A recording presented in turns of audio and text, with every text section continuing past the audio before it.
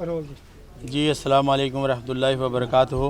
मैं नौशाद आलम लुधियाना खांसी कला तो भाईजान जिस दिन तो 3 तरीक तो ये सेवा शुरू हुई है तो मौलाना अरशद मदनी साहब दी तरफ तो हुक्म होया सी ते पूरे हिंदुस्तान तो मुसलमाना ने एक बारी लैन लगाती थे और जेड़ा ये सिख और मुसलमाना का भाईचारा जो है दिखाया ਉਹਦੇ ਲਈ मैं भी बहुत बहुत शुक्रगुजार हैं। और उस दिन तो ही साड़ी गड्डियाँ जड़ियाँ ने बाईपास जो है जा रही हैं जिथे जिथे ड्यूटी लग रही है अंदरों फिरोजपुर गई हैं पठानकोट गई हैं तो तरन तारन इस जो है पट्टी ते अपनी तकरीबन जो है 100 तो ऊपर गड्डियाँ चली गई हैं जी।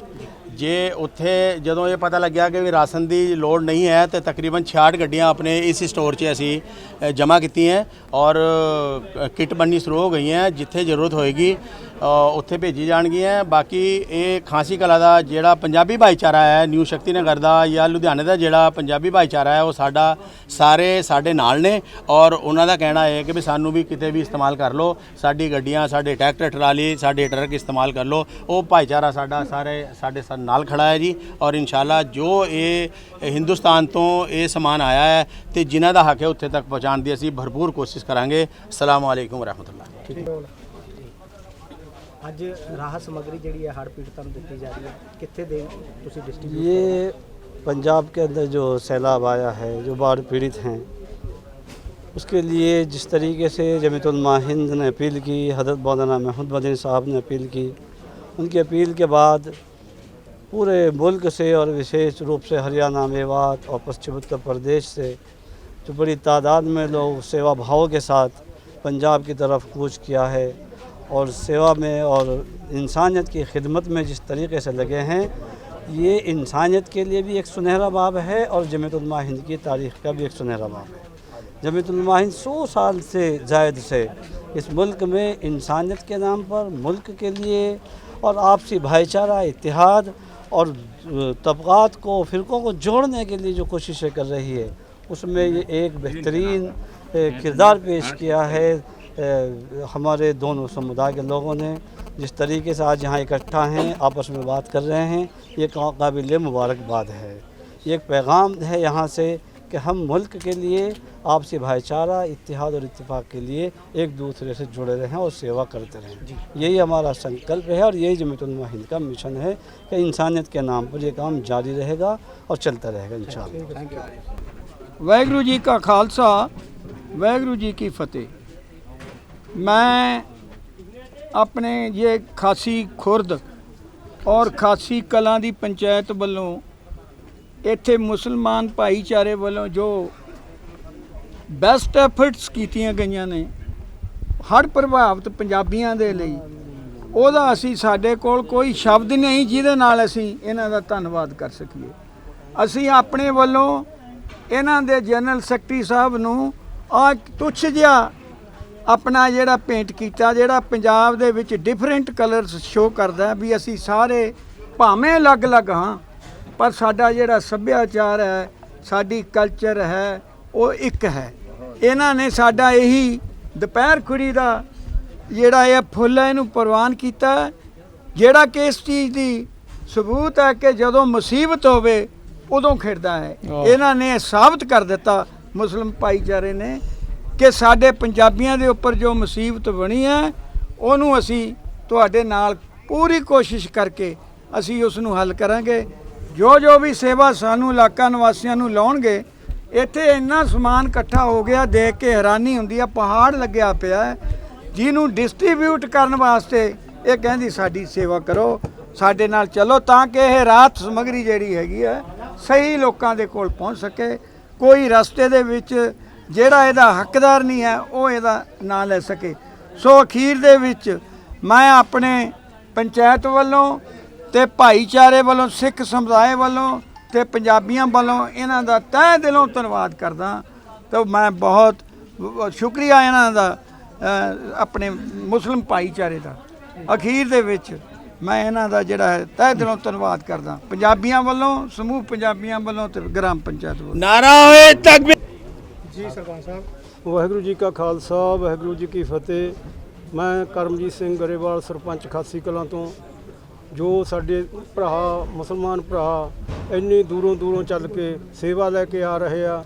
ਸਾਡਾ ਕੋਈ ਬੋਲਣ ਵਾਲਾ ਸ਼ਬਦ ਹੀ ਨਹੀਂ ਵੀ ਕਿਹੜੇ ਸ਼ਬਦ ਨਾਲ ਇਹਨਾਂ ਦਾ ਧੰਨਵਾਦ ਕੀਤਾ ਜਾਵੇ।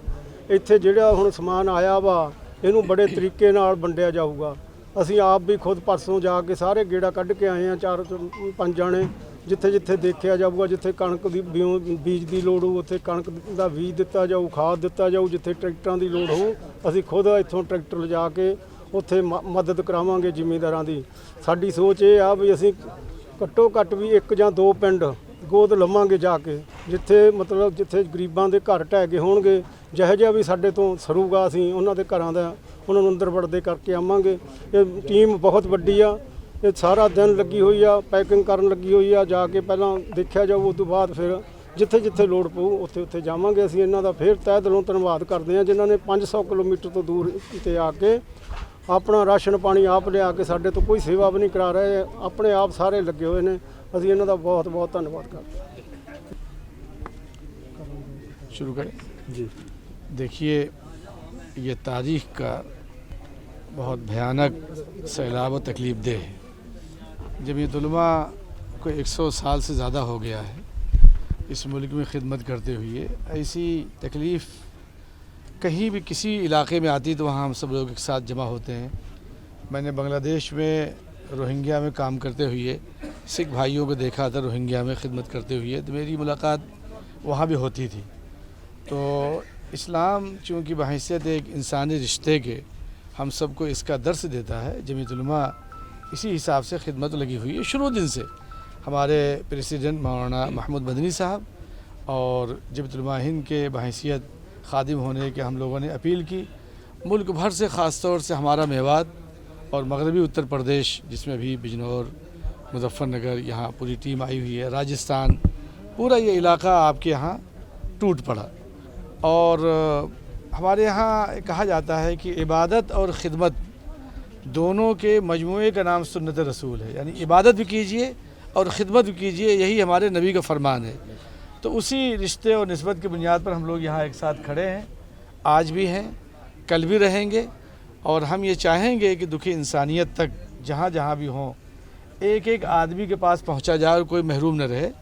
तो ये सिर्फ महीना 2 महीना नहीं, बल्कि जब तक कि लोग अपने पैरों पर नहीं खड़े हो जाएंगे उस वक्त तक इंशाअल्लाह मुल्क भर से आए हुए और आने वाले अभी भी लोग हमारे गुजरात से साथी आए हुए हैं, पालनपुर से।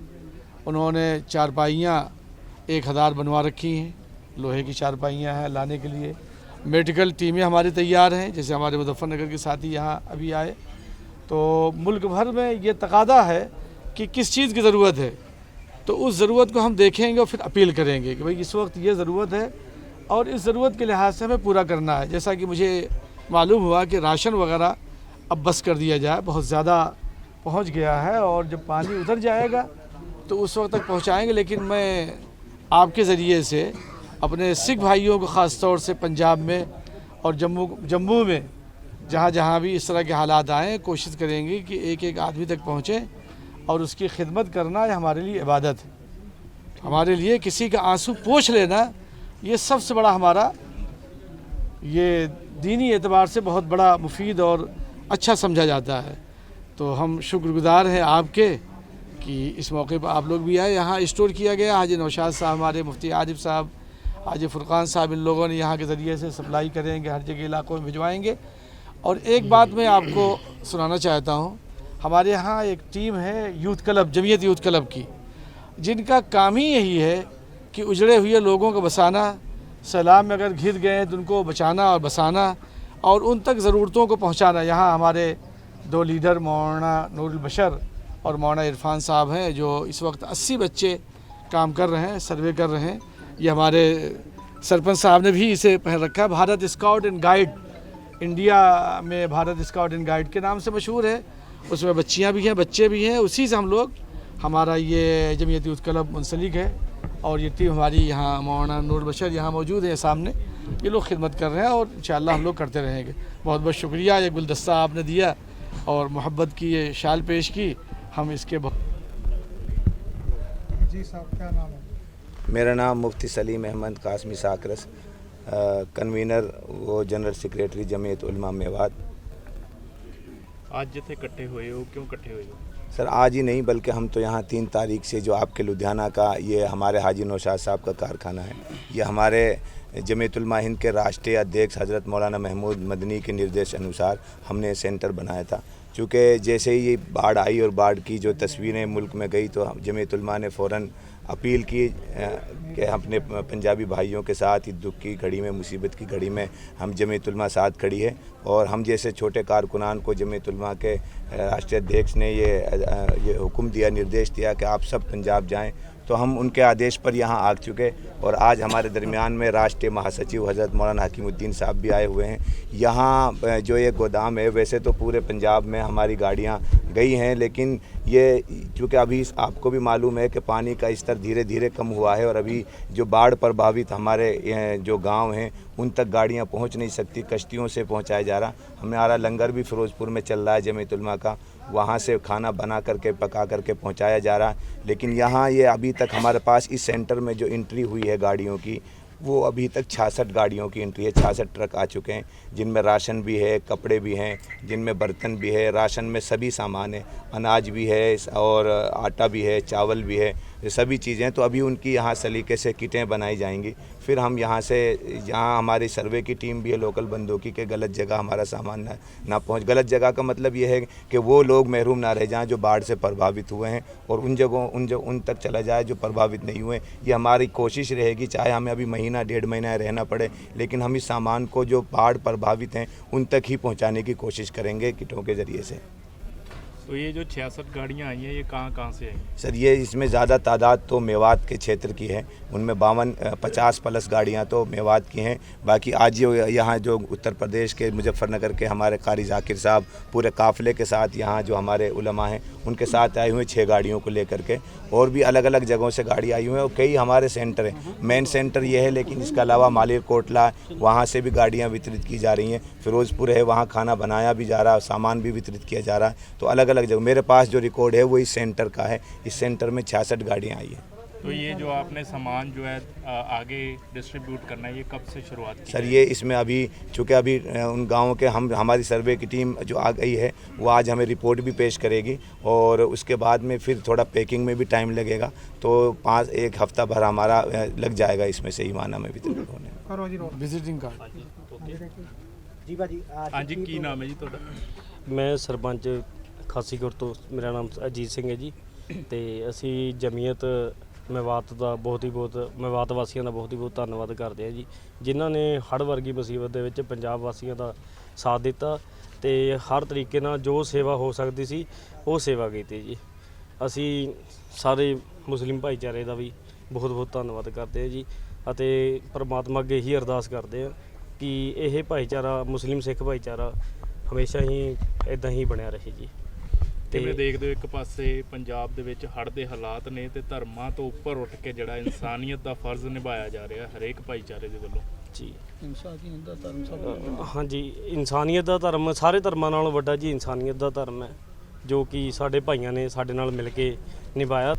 ਅੱਜ ਮੁਸਲਮਾਨ ਭਾਈਚਾਰੇ ਵੱਲੋਂ ਜਿਹੜੀ ਹੜ੍ਹ ਪੀੜਤਾਂ ਲਈ ਰਾਹਤ ਸਮੱਗਰੀ ਦਿੱਤੀ ਜਾ ਰਹੀ ਹੈ, ਕੀ ਕਹਿਣਾ ਚਾਹੋਗੇ, ਕਿਸ ਤਰ੍ਹਾਂ ਭਾਈਚਾਰੇ ਦੀ ਮਿਸਾਲ ਜਿਹੜੀ ਇਹਨਾਂ ਵੱਲੋਂ ਕਾਇਮ ਕੀਤੀ ਗਈ ਹੈ? ਭਾਈਚਾਰੇ ਦੀ ਮਿਸਾਲ ਤੁਸੀਂ ਪੁੱਛ ਰਹੇ ਹੋ। ਭਾਈਚਾਰੇ ਦੀ ਮਿਸਾਲ ਤਾਂ ਗੁਰੂ ਅਰਜਨ ਦੇਵ ਸਾਹਿਬ ਜਦੋਂ ਉਹਨਾਂ ਦਾ ਸਾਈਂ ਮੀਆਂ ਮੀਰ ਨਾਲ ਪਿਆਰ ਸੀ, ਅਕਾਲ ਤਖਤ ਸਾਹਿਬ ਦੀ ਨੀਂਹ ਰਖਾਈ। ਪੀਰ ਬੁੱਧੂ ਸ਼ਾਹ ਨੇ ਆਪਣੇ 5 ਪੁੱਤਰ ਭਗਾਣੀ ਦੀ ਜੰਗ 'ਚ ਸ਼ਹੀਦ ਕਰਾਏ, ਪਹਾੜੀ ਰਾਜਿਆਂ ਨਾਲ ਲੜਾਈ ਸੀ। ਤਾਂ ਪੀਰ ਭੀਖਣ ਸ਼ਾਹ ਜਿਸ ਨੇ ਸਭ ਤੋਂ ਪਹਿਲਾਂ ਗੁਰੂ ਸਾਹਿਬ ਨੂੰ ਪਛਾਣਿਆ, ਜਿਹੜੇ ਕਿ ਸਜਣਾ ਸੈਦਾ ਜਿਹੜਾ ਪੇਵੇ ਦੇ ਕੋਲ ਹੈ, ਇੱਥੋਂ ਲੈ ਕੇ ਉਹ ਉੱਥੇ ਪਟਨਾ ਸਾਹਿਬ ਤੱਕ ਗਏ ਕਿ ਬਈ ਗੁਰੂ ਸਾਹਿਬ ਨੂੰ ਮਿਲਣਾ। ਤਾਂ ਸਾਡੀ ਤਾਂ ਭਾਈਚਾਰਕ ਸਾਂਝ ਸ਼ੁਰੂ ਤੋਂ ਹੀ ਆ। ਤਾਂ ਇੱਕ ਫਜਲੂ ਮੀਆਂ ਹੋਏ ਨੇ ਲਖਨਊ ਤੋਂ ਕਾਨਪੁਰ ਦੇ ਵਿੱਚ, ਜਦੋਂ 84 ਦੇ ਟਾਈਮ ਤੇ ਜਦੋਂ ਇਹਨਾਂ ਨੇ ਨਗਰ ਕੀਰਤਨ ਗੁਰੂ ਸਾਹਿਬ ਦਾ, ਗੁਰੂ ਨਾਨਕ ਦੇਵ ਦਾ ਨਗਰ ਕੀਰਤਨ ਮਨਾ ਕਰ ਦਿੱਤਾ ਸੀ, ਉਦੋਂ ਤੁਸੀਂ ਇਤਿਹਾਸ 'ਚ ਜਾ ਕੇ ਉੱਥੇ ਪਤਾ ਕਰ ਸਕਦੇ ਹੋ, ਫਜਲੂ ਮੀਆਂ ਜੀ ਨੇ ਹੀ ਨਗਰ ਕੀਰਤਨ ਕਢਵਾਇਆ ਸੀ। ਉਹ ਸਿਰਫ ਇੱਕ ਨਿਸ਼ਾਨ ਸਾਹਿਬ ਵਾਲਾ ਤੇ ਇੱਕ ਢੋਲਕੀ ਵਾਲਾ ਸੀ। ਜਦੋਂ ਉਹ ਨਗਰ ਕੀਰਤਨ ਸਮਾਪਤੀ ਹੋਈ ਤਾਂ ਘੱਟੋ ਘੱਟ 5000 ਬੰਦਾ ਸੀ। ਤਾਂ ਇਹਨਾਂ ਨਾਲ ਸਾਡੀ ਭਾਈਚਾਰਕ ਸਾਂਝ ਸ਼ੁਰੂ ਤੋਂ ਹੀ ਹੈ। ਇਹ ਤਾਂ ਆਪਣੀ ਦੁੱਖ ਦੀ ਘੜੀ 'ਚ ਆਏ ਨੇ, ਇੰਨੀ ਇਮਾਨਦਾਰੀ ਦੇ ਨਾਲ।